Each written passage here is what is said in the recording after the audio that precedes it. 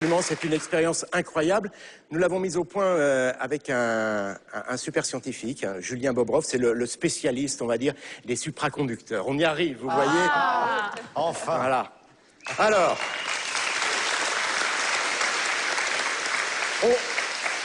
on vous parle de cette expérience depuis le début de l'émission, de ces supraconducteurs. C'est intéressant parce que vous allez voir, si nous réussissons cette expérience, nous allons pouvoir fabriquer un train à sustentation magnétique. Ça vous dit quelque chose. Ce sont des trains qui existent déjà. Il y en a en Allemagne, il y en a au Japon. Ce sont des trains qui fonctionnent avec des électroaimants et qui reposent sur le principe de la répulsion des champs magnétiques. Alors, les supraconducteurs ont deux propriétés simultanées. Supraconducteurs, ça veut dire qu'ils conduisent extrêmement bien l'électricité, tellement bien qu'il n'y a absolument aucune résistance. Première propriété. Et deuxième propriété, eh bien, ils sont capables de repousser des champs magnétiques. Quand on approche un supraconducteur d'un aimant, eh bien, il ne se passe absolument rien. Pour que ces deux propriétés se manifestent, il faut placer ce supraconducteur dans certaines conditions. Alors, à votre avis, que faut-il faire? Est-ce qu'il faut le chauffer? Est-ce qu'il faut le refroidir? Ou bien le charger en électricité? Et voilà la question. Comment faire léviter un supraconducteur au-dessus d'un aimant? Réponse 1, en le chauffant.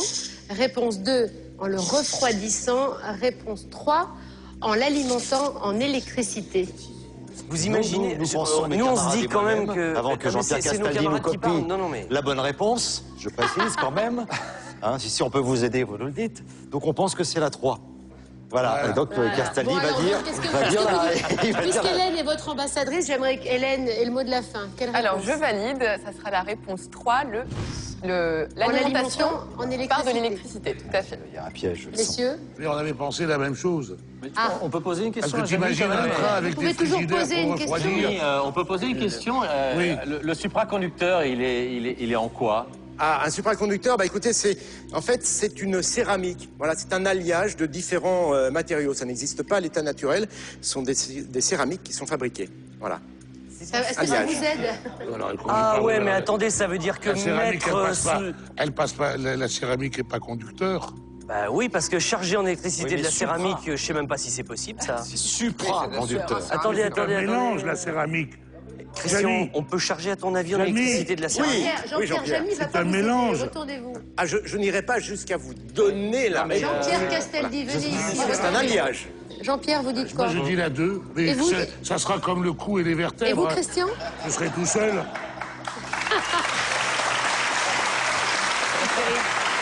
Laurent, Attends, Christian peut faire la différence.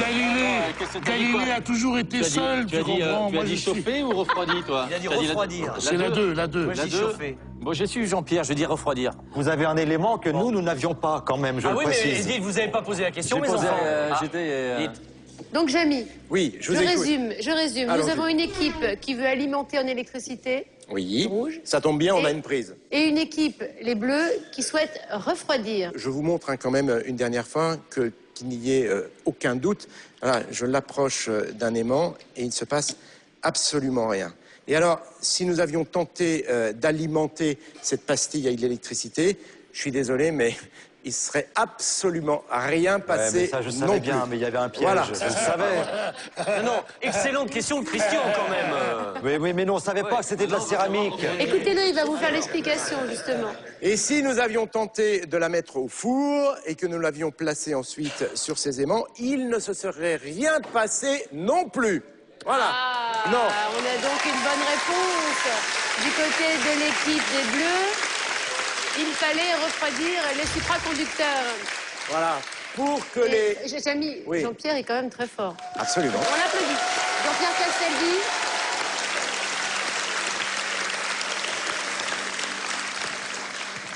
Alors expliquez-nous tout ça, Jamy. Donc, pour que cette pastille de supraconducteur exprime tous ses talents, eh bien, il faut la refroidir. Il y avait quelques indices sur le plateau. Regardez, il y avait une cuve à azote. Il faut refroidir cette pastille à moins 100, moins 80 degrés Celsius. Et pour la refroidir, eh bien, nous allons plonger la pastille dans de l'azote liquide qui est à moins 195 degrés, un petit peu moins même. Alors regardez le dispositif que l'on a mis en place. On a installé notre pastille supraconductrice au fond de cette coupelle. On a placé ensuite une petite plaque de plexiglas, une petite cale de plexiglas, et puis on a posé l'aimant dessus. Voilà. Et on va verser dessus de l'azote liquide, qui est donc à un peu moins de 195 degrés. On veut des boutons, c'est avec l'azote. Oui, oui. Regardez bien ce qui va se passer. On va retirer délicatement, la petite lamelle de plexiglas. Voilà. Et regardez bien, l'aimant lévite au-dessus de la pastille.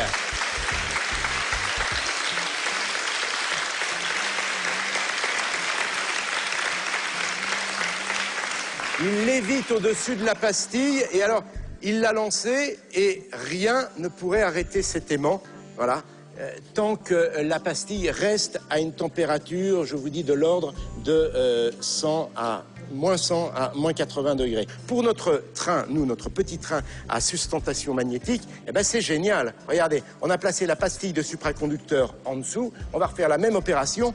On va mettre une petite lamelle de plexiglas entre la pastille et le rail. Alors évidemment, on peut se demander ce qui se passe. Et oui, pourquoi ce qu'on vous demande d'ailleurs. Voilà. Ben, il faut savoir que les supraconducteurs, au départ, détestent les champs magnétiques. Quand ils sont froids, comme ça, ils détestent les champs magnétiques. Absolument. Ils détestent les champs magnétiques, donc ils produisent des petts courants électriques. Quand ils sont plongés, comme ça, à cette température très très basse, ils vont produire des petits courants électriques qui vont se trouver à la surface du supraconducteur. Et comme tout courant électrique, eh bien, ceux-ci vont générer un petit champ magnétique. Un champ magnétique qui va s'opposer au champ magnétique de l'aimant. Voilà.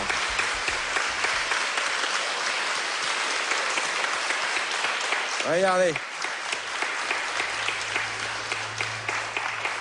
Voilà, après la machine à vapeur, la machine à azote. Voilà, ça c'est quand même génial. Voilà, nous avons réussi à fabriquer notre train à sustentation magnétique. Voilà, c'est génial. Et alors, vous allez voir, ce qu'il y a de plus génial encore, c'est que on peut, avec ce principe, défier les lois de la gravité. On essaie, Manu? On y va. Regardez bien. Hein?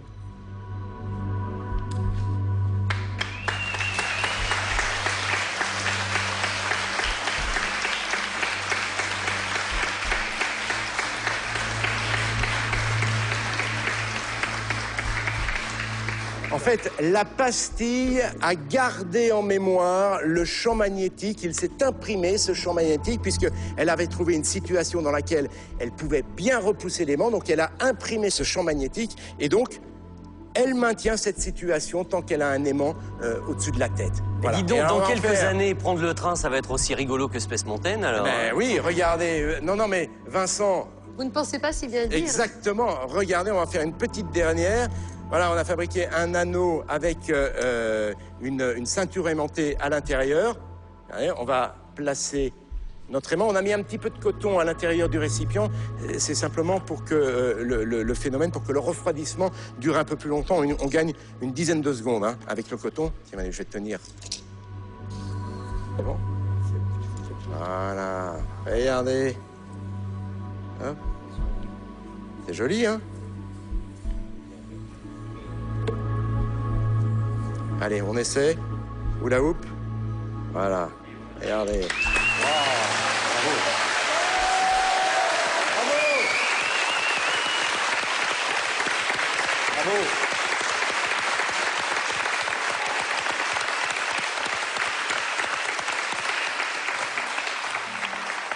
Mais dites, Jamy, là on voit que le train va très très vite. En fait, comme il est en lévitation, il n'y a plus du tout de frottement finalement. Il n'y a plus de frottement, il n'y a que des frottements d'air. Ça freine plus en fait. Ça ne freine plus, c'est pour ça que c'est très très intéressant. S'il n'y a plus de frottement, eh bien ça ne consomme quasiment rien. Enfin là, ça ne consomme rien. Il n'y a pas du tout de résistance à l'avancement du train. Alors Jamy, c'est quoi les applications dans la vie de tous les jours de ce Alors, dans la vie de tous les jours, pas énormément. Hein. Actuellement, c'est utilisé pour l'imagerie médicale, hein, pour réaliser des IRM.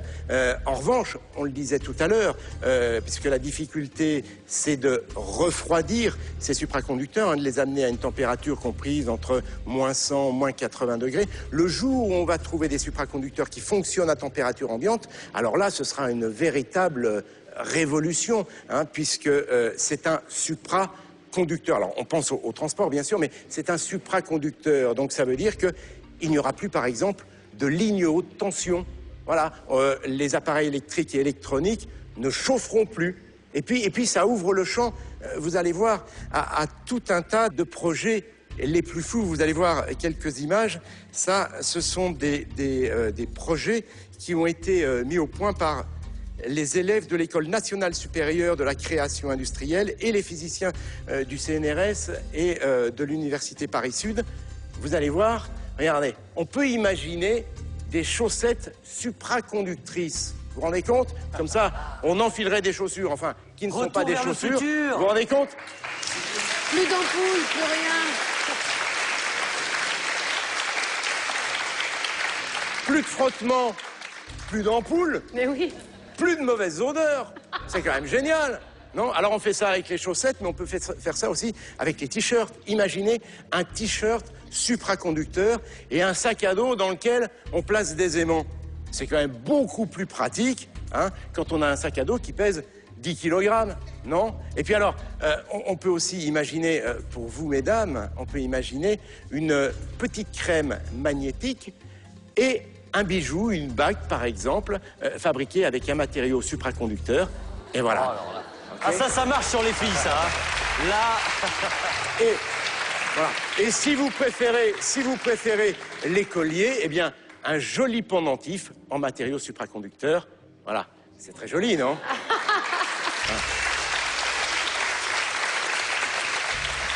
Alors tout ça, bien sûr, ce sont des projets. Si vous êtes intéressé par tous ces projets un peu fous, vous allez faire un petit tour sur le site de l'association Supra Design.